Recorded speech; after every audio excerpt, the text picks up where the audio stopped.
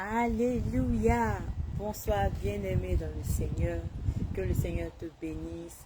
Bonsoir fidèles followers. Que le Seigneur vous bénisse également. Que tu sois chrétien ou pas. Si tu trouves que nos échanges, nos partages te font du bien, que le Seigneur te bénisse et qu'il te fasse davantage de bien au nom de Jésus.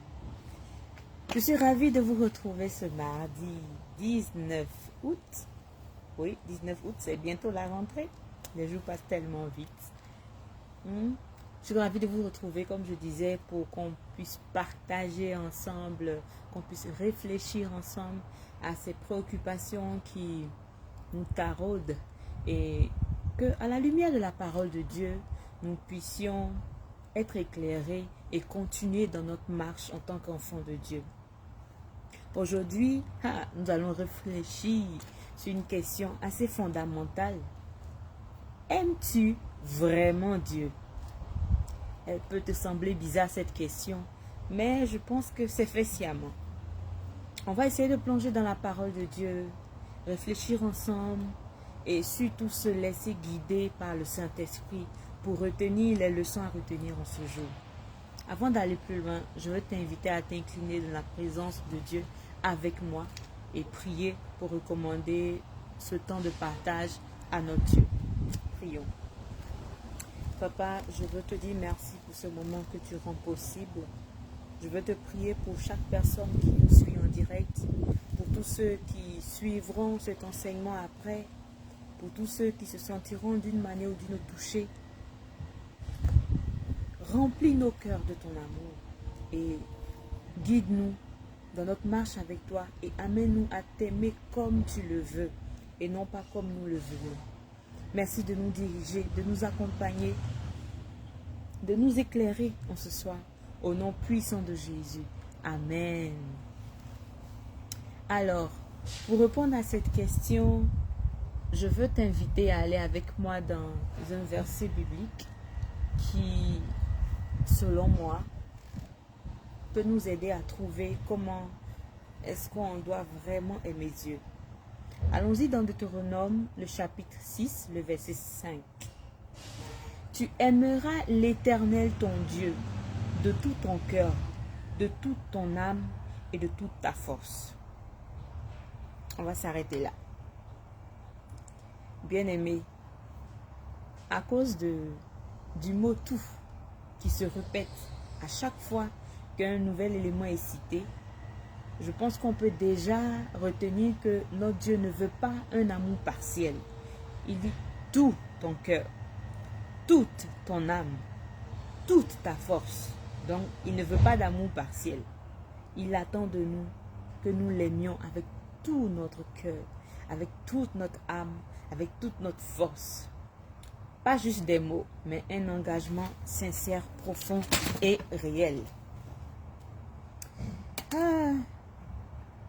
J'aime Dieu.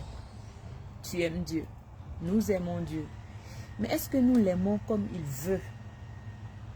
Voilà la vraie question. Alors, ce serait bien de chercher à savoir d'abord, c'est quoi aimer Dieu de tout son cœur, de toute son âme et de toute sa force. Petit 1. Aimer Dieu de tout son cœur. Dans la pensée hébraïque, le cœur, c'est pas seulement l'organe qui est vital à la vie de l'homme, qui se trouve dans la poitrine, dans la cage thoracique, mais c'est aussi le centre de la personne. C'est le siège des émotions. C'est le siège aussi des intentions, des choix et des pensées profondes que nous faisons au quotidien. Allons-y déjà avec David. Dans la parole de Dieu, 1 Samuel, le chapitre 13, le verset 14 nous dit que l'Éternel s'est choisi un homme selon son cœur. Il s'agit bien sûr de David. Ici, la Bible nous dit que David est l'homme selon le cœur de Dieu. Ok. Et pourquoi est-ce que la Bible nous dit ça? Voyons que à la suite de son péché avec Bathsheba, il ne s'est pas détourné du Seigneur, Il n'a pas passé tout son temps à se morfondre sur la situation ou alors à s'apitoyer sur son sort. Mais il a adopté un cœur repentant et il aimait vraiment sincèrement le Seigneur. Donc il a cherché à revenir vers Dieu pour demander son pardon.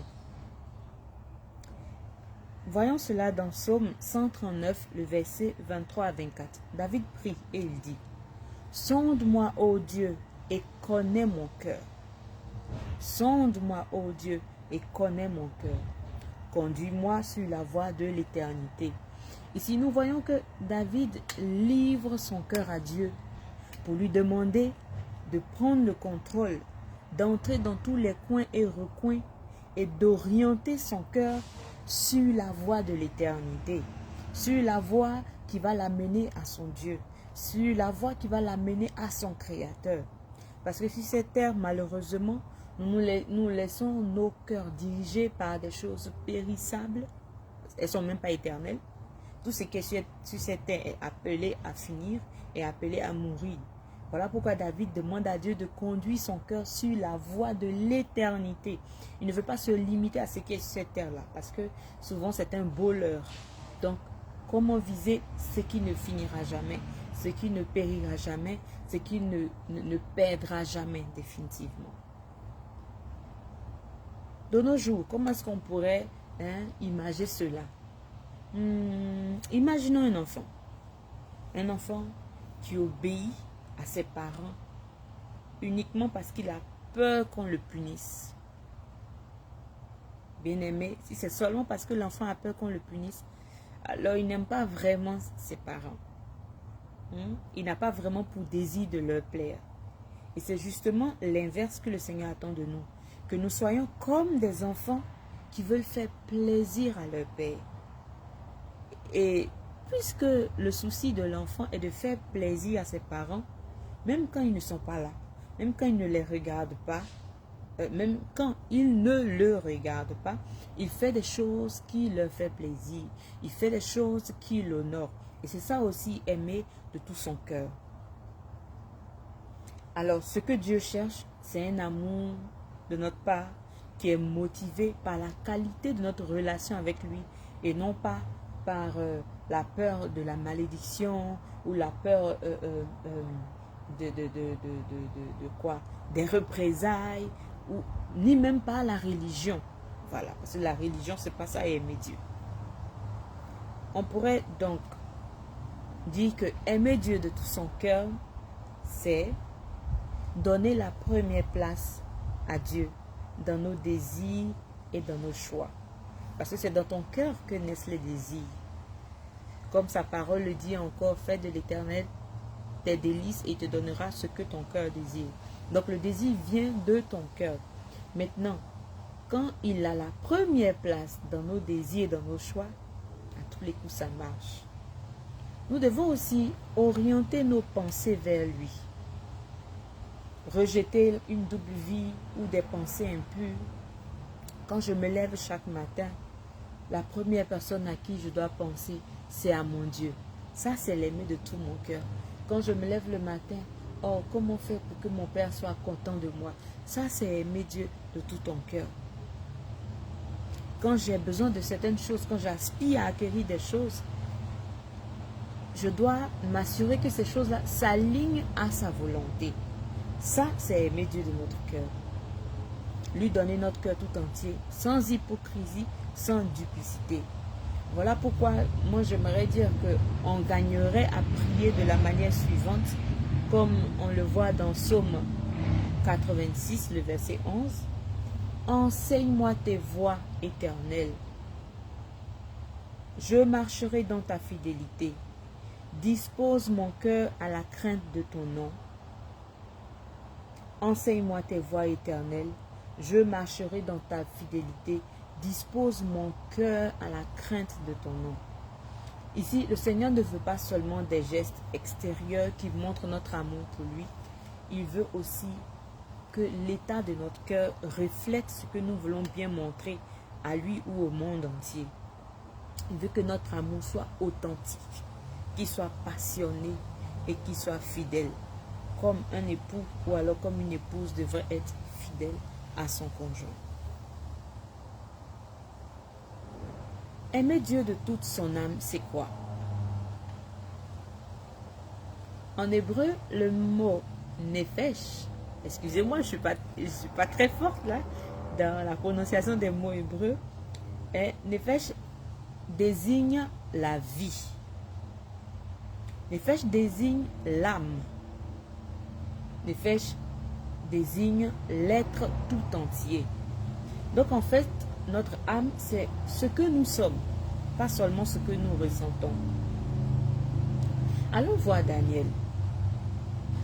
On voit dans Daniel chapitre 6 qu'il refuse de se conformer aux lois de Babylone qui l'obligeaient à renier sa foi.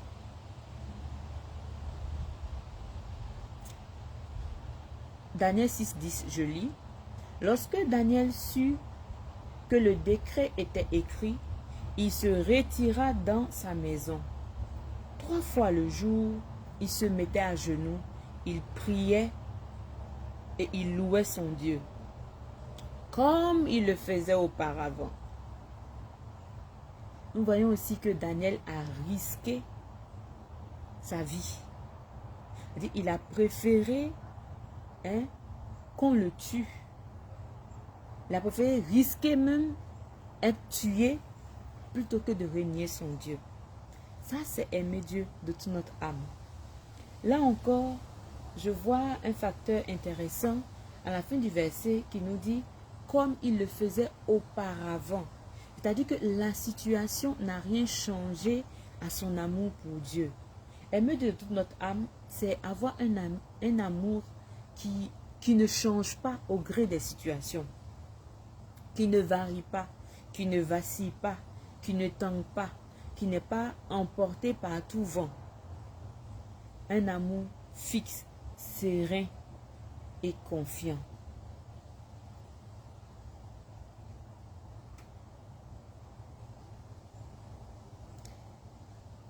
Il y a eu le décret qui demandait qu'aucun autre Dieu ne soit loué, ne soit prié.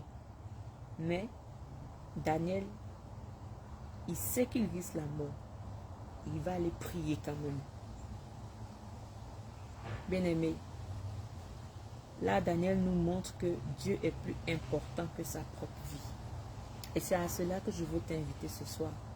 Est-ce que Dieu est plus important que ta propre vie? On pourrait, de nos jours, voir un exemple du genre, un chrétien qui est dans un pays persécuté. Je ne dirais même pas forcément persécuté.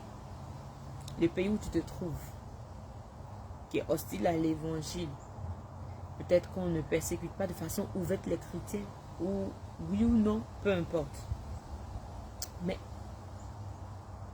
il doit être prêt à dire « Je crois en Jésus », quel que soit ce que cela peut lui coûter. Que ce soit sa famille, son travail, ou même sa vie. Il doit persévérer parce qu'il sait que son identité en Christ vaut plus que tout. C'est comme dans certaines entreprises où on peut demander aux agents de marquer un jour spécial pour valoriser certains droits. Et ces droits-là vont à l'encontre de la parole de Dieu. Le chrétien doit avoir le courage de dire non. Le chrétien, à cause de son amour pour Dieu, doit pouvoir dire « Je ne m'identifie pas à cette mentalité. Je ne m'identifie pas à cette façon de penser. » Et bien plus grave, ça va à l'encontre de ce en quoi je crois. Ça déshonore mon Dieu. Ça déshonore l'amour de ma vie, qui est Dieu bien sûr. Donc je ne peux pas le faire. Ce n'est pas dans une intention de rébellion ou de désobéissance, mais plutôt de soumission à celui que tu as déclaré comme être ton Dieu.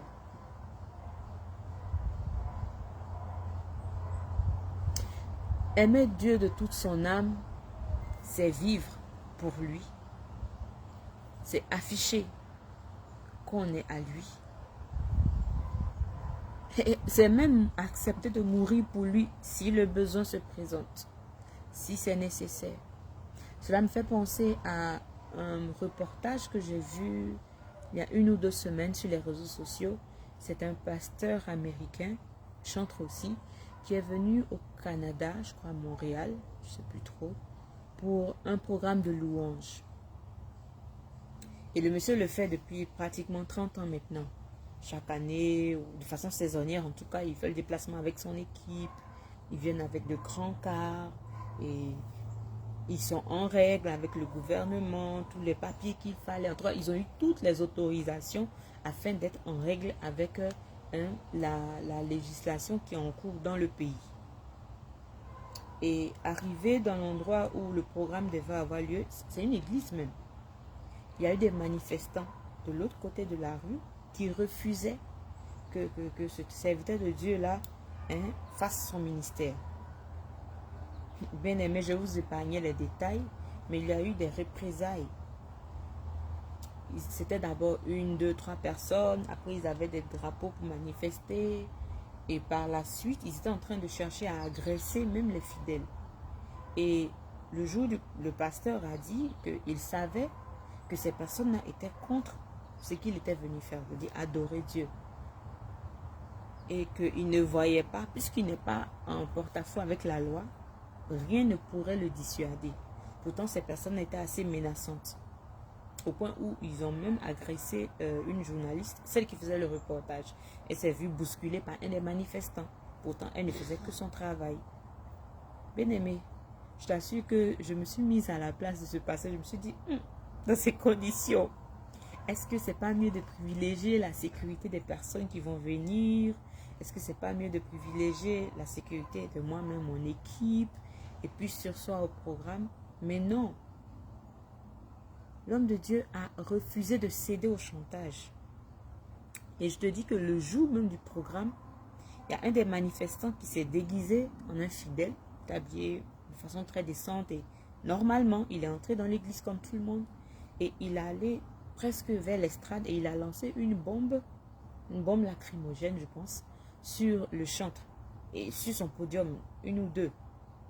Et à un moment donné, les gens ne pouvaient plus respirer.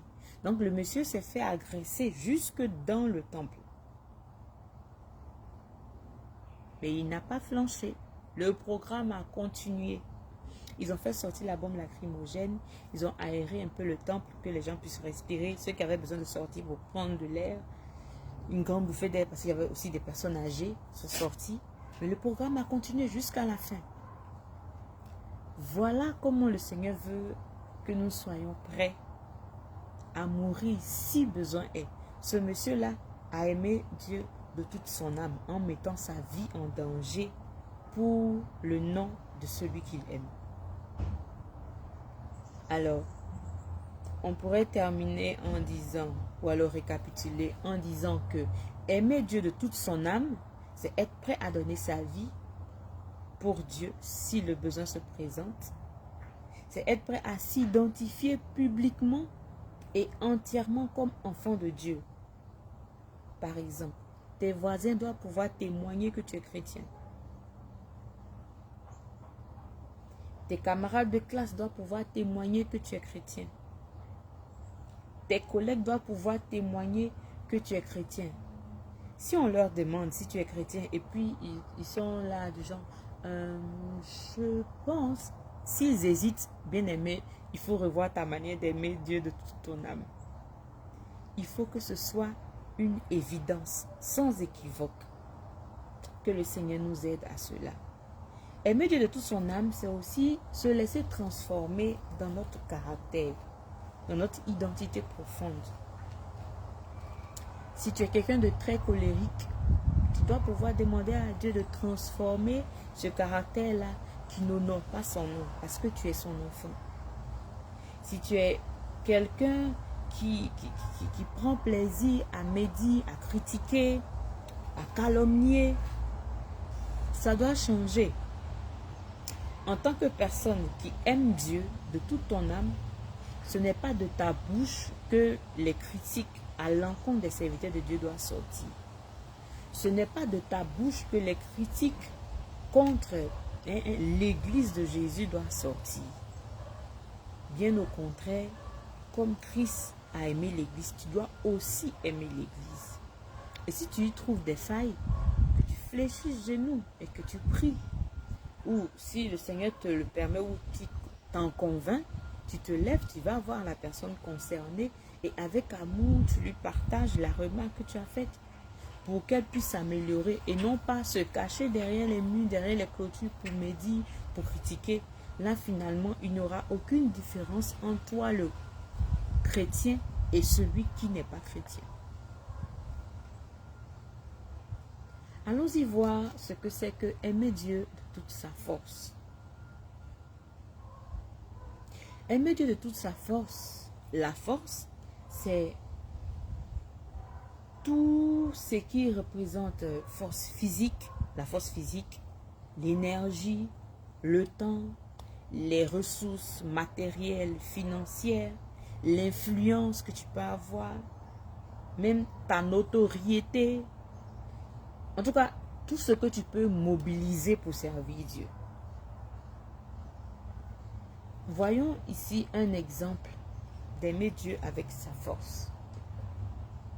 Allons-y dans Marc le chapitre 12, le verset 41 à 44 qui nous dit: Jésus, s'étant assis vis-à-vis du tronc, regardait comment la foule y mettait de l'argent. Plusieurs riches mettaient beaucoup. Il vint aussi une pauvre veuve. Elle y mit 2 petites pièces, faisant un quart de sou. Même pas un sou, un quart. Donc un sou, peut-être 5 francs. Pour ceux qui ont le franc dans leur pays, un franc, tu le divises en 4, le quart. Alors Jésus, ayant appelé ses disciples, leur dit: Je vous le dis en vérité, cette pauvre veuve a donné plus qu'aucun de ceux qui ont mis dans le tronc. Bien-aimé, cette veuve et son offrande nous enseignent profondément. Cette pauvre veuve qui donne 2 petites pièces qui font un quart de sou, a donné tout ce qu'elle avait. Tout. Tout revient encore. Et le Seigneur Jésus va dire qu'elle a donné plus que tous les autres. Parce qu'elle a donné de tout son cœur. Elle a donné de toute sa force par les ressources qu'elle avait. Parce que c'est tout ce qu'elle avait. J'ai envie de te poser une question. Là, maintenant, tu serais capable de donner tout ce que tu as comme ressources financières à Dieu? Là, à l'instant. Question. On pourrait faire une autre comparaison aujourd'hui dans nos églises. Par exemple, une personne qui vient au culte, qui chante dans l'équipe de louange ou dans la chorale, dans le groupe musical, je ne sais pas. Et elle vient le matin, le dimanche matin, elle chante, quand elle finit, elle rentre à la maison. On ne la voit jamais en réunion de prière. Elle ne sait même pas où on range les balais ou alors la serpillière qui sert à nettoyer le temple. Lors même du temps des offrandes, on l'a rarement vu mettre quelque chose dans le panier. Bref, elle ne sait pas. Parce que c'est une prestation qu'elle vient faire. De l'autre côté, quelqu'un qui, comme la veuve, a très peu de moyens par rapport à cette première personne qui chante, donne de son temps. C'est elle qui est au service de nettoyage.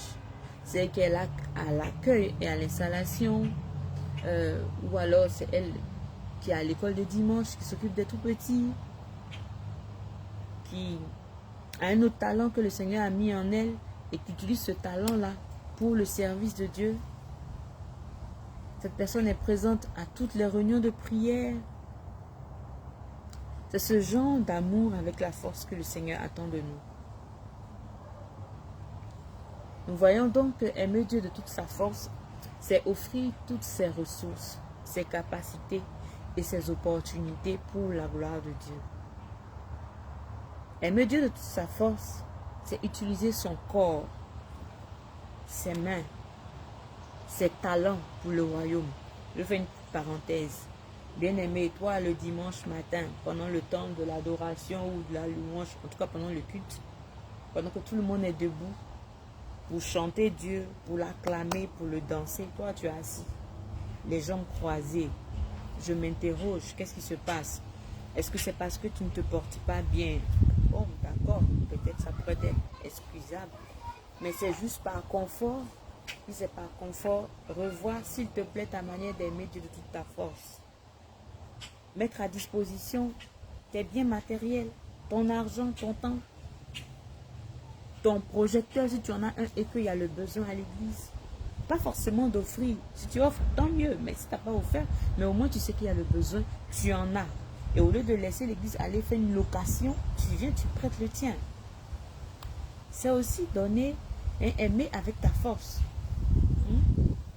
Persévérer dans l'obéissance, même quand cela te coûte.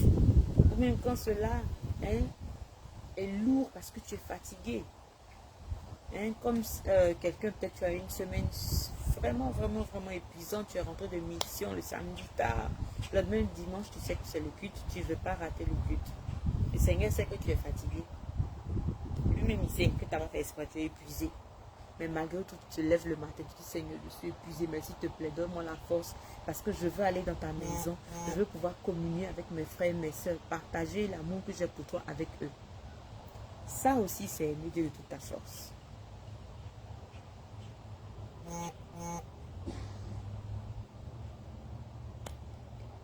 Dans notre tentative de description de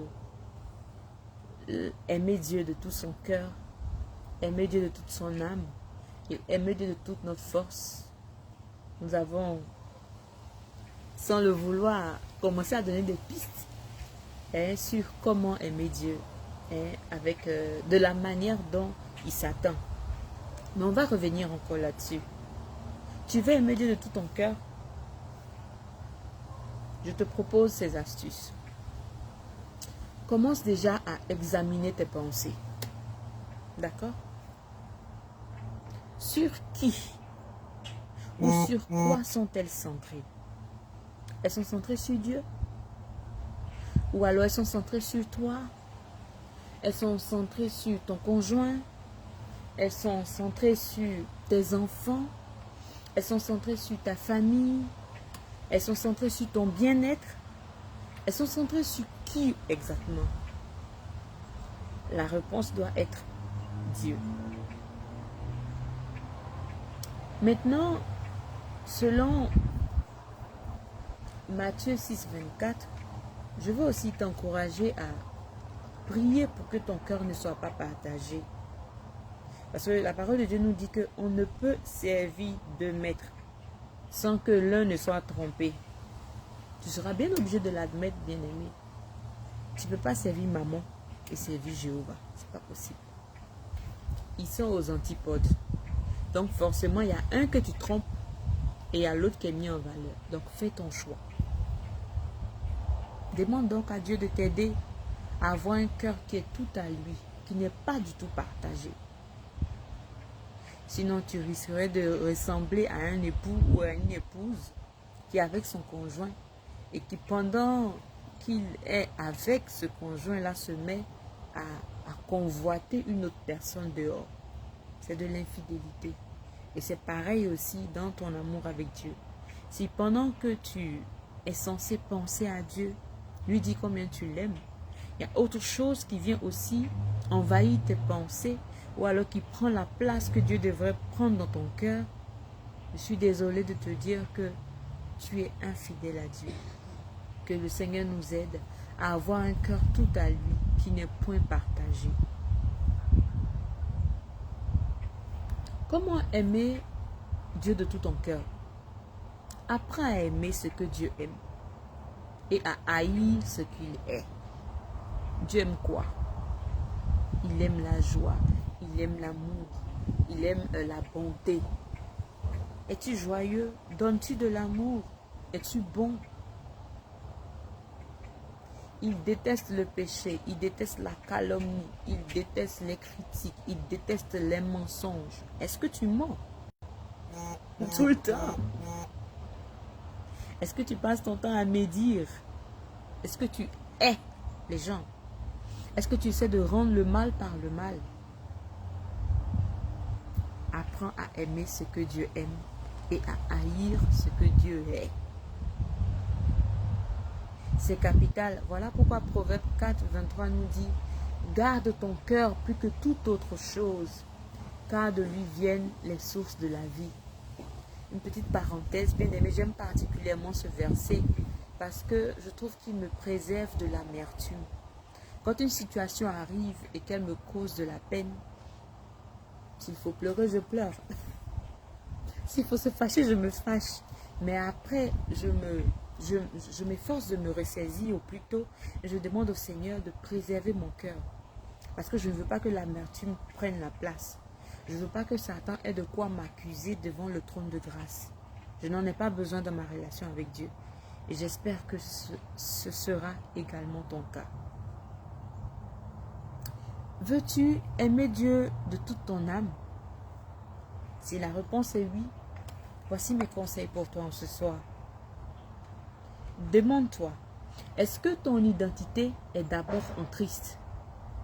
D'abord en Christ. Ou alors, ton identité est d'abord dans ton travail? Ton identité est d'abord dans ton origine ethnique? Ton identité est d'abord dans ton statut social? Ton identité est d'abord dans ton statut matrimonial? Ton identité doit être d'abord en Christ. Bien-aimé, chez vous, ton ethnie ou ton pays, on vous sait en tant que des personnes qui font ceci ou cela. Toi, tu ne t'identifies plus à ça. Tu t'identifies à Christ d'abord. Je ne dis pas que tu réunis tes origines, mais je dis que ton identité est d'abord en Christ, qui est le modèle parfait.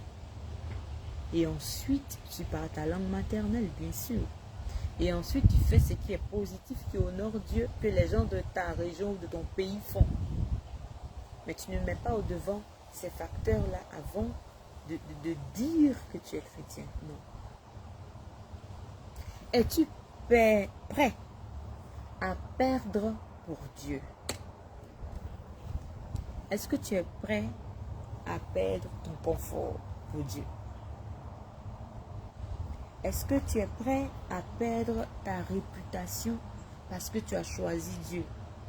Comme Joseph, dans la maison de Potiphar, qui a choisi Dieu, qui a choisi d'obéir à Dieu et qui a perdu la position qu'il avait dans la maison de Potiphar, puisqu'il s'est retrouvé en prison ensuite.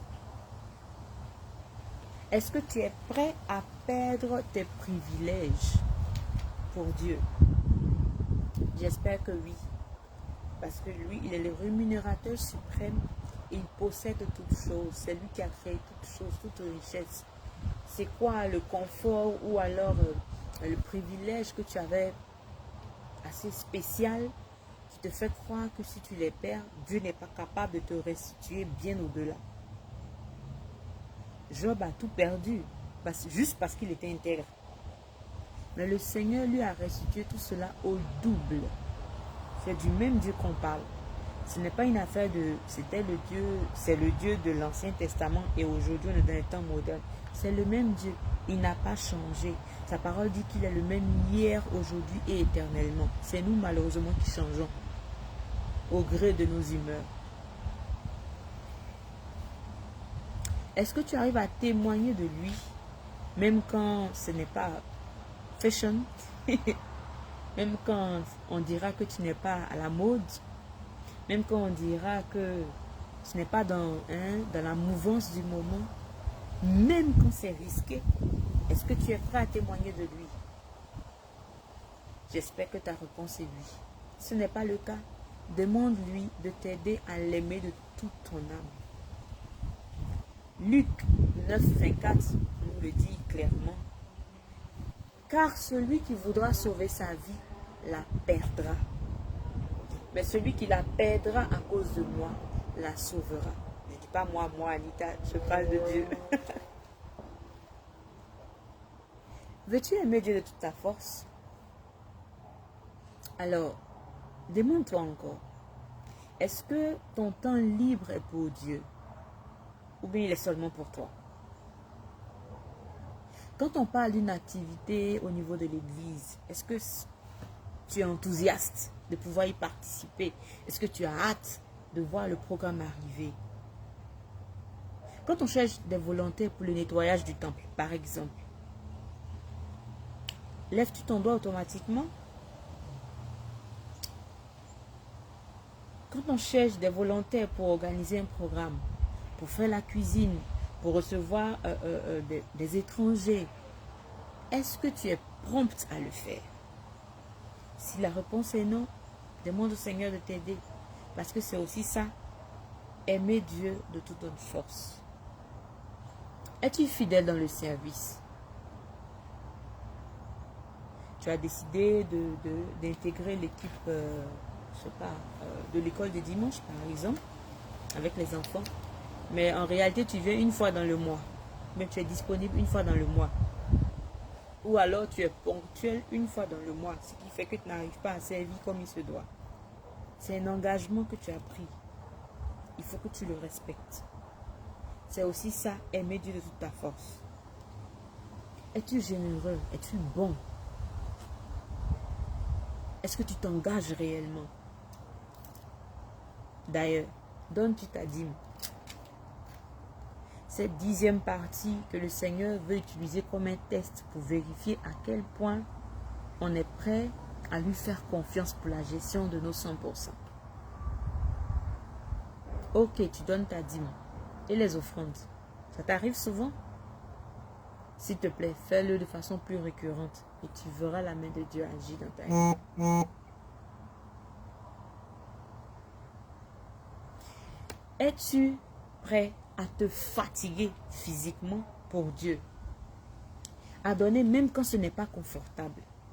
Voilà un bien-aimé qui est dans le besoin. Voilà quelqu'un qui souffre. Tu es capable de l'aider. Mais tu sais que ça va te coûter quelque chose. Il va falloir que tu serres un peu la ceinture quelque part te concernant. Es-tu prêt à le faire? Est-ce que tu es prêt à aller au culte ou à la réunion de prière même quand tu es épuisé? Même quand c'est éloigné de chez toi? Même quand tu dois emprunter plusieurs bus? Même quand tu dois prendre le métro d'abord? Même quand ton véhicule est au garage? Même quand tu dois marcher? Même quand tu dois dépenser pour prendre un taxi? Est-ce que tu es prêt à y aller? C'est aussi ça, servir Dieu avec notre force. Romains 12, 11 nous dit, ayez du zèle et non de la paresse. Soyez fervents d'esprit, servez le Seigneur. Bien-aimé, ici le Seigneur veut qu'on le serve avec notre force physique, avec nos ressources, avec tout ce qu'il nous a confié à gérer. Il attend beaucoup de nous. Pour conclure, on va faire vraiment simple. Aimer Dieu de tout son cœur dans notre monde aujourd'hui, c'est encore possible. C'est encore possible. Ça doit juste être un style de vie. Au quotidien, tu dois trouver le moyen d'aimer Dieu de tout ton cœur. C'est-à-dire l'aimer avec sincérité, sans hypocrisie aucune. Tu dois trouver le moyen de l'aimer de toute ton âme. À être loyal, fidèle, même jusqu'à la mort si c'est nécessaire. Tu dois être capable de l'aimer avec toute ta force. Être zélé pour lui. Être enflammé par les choses qui le concernent. Avec des actes concrets, visibles. Et les ressources qu'il met à notre disposition. Aimer Dieu de tout notre cœur, de toute notre âme et de toute notre pensée n'est pas un fardeau, s'il te plaît. Si jusqu'à présent tu l'as vu un fardeau, je t'en supplie. Ne le vois plus ainsi. Vois-le simplement comme la réponse à l'amour parfait et authentique que le Seigneur a manifesté à notre égard. Il a tout donné. Son Fils, sa vie, sa grâce, son amour, sa miséricorde et ses bontés chaque jour comme nous pouvons le constater. Tu ne penses pas qu'il mérite qu'on l'aime en retour? De manière sincère et vraie. C'est difficile pour toi. Il nous a demandé de l'appeler quand c'est dur. N'hésite pas. Fais-le. 1 Jean 4,19 nous encourage à cela. Nous l'aimons parce qu'il nous a aimés le premier.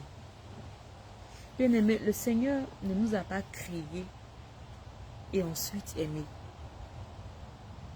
Il nous a aimés d'abord et c'est pour cela qu'il nous a créés.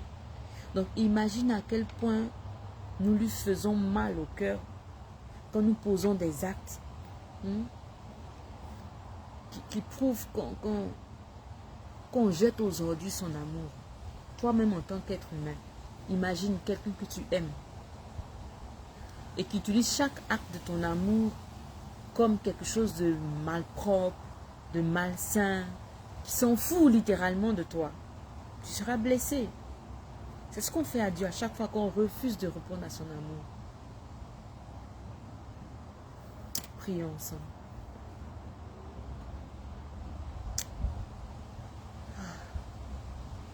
Père, Papa, toi qui es rempli d'amour, de bonté, de grâce, de faveur, toi qui nous as aimés le premier, toi qui nous as aimés bien avant que nous ayons conscience même de toi. C'est toi que nous voulons implorer en ce soir. S'il te plaît, garde mon cœur, garde le cœur de mon frère et de ma soeur. Donne-nous de t'aimer comme tu le mérites, avec toutes ces choses que tu as mis à notre disposition. Donne-nous de t'aimer avec loyauté, avec fidélité, réellement, de façon authentique et sans réserve. Nous avons besoin de ton amour. Nous en avons besoin. Nous avons besoin de ta force. Merci de nous aider à expérimenter au quotidien l'amour que tu attends de nous. Aide-nous à parler de toi partout où nous allons, à témoigner de toi avec fierté, parce que nous sommes fiers de t'appartenir, d'être tes enfants. Fais du bien à mon frère, à ma soeur qui nous suit, ou alors qui écoutera ce partage. Fais-lui du bien. Remplis son cœur de ton amour pour qu'il puisse également l'expérimenter. Que toute la gloire te revienne au nom de Jésus. Amen. Amen. Que le Seigneur te bénisse et à bientôt. Sois béni.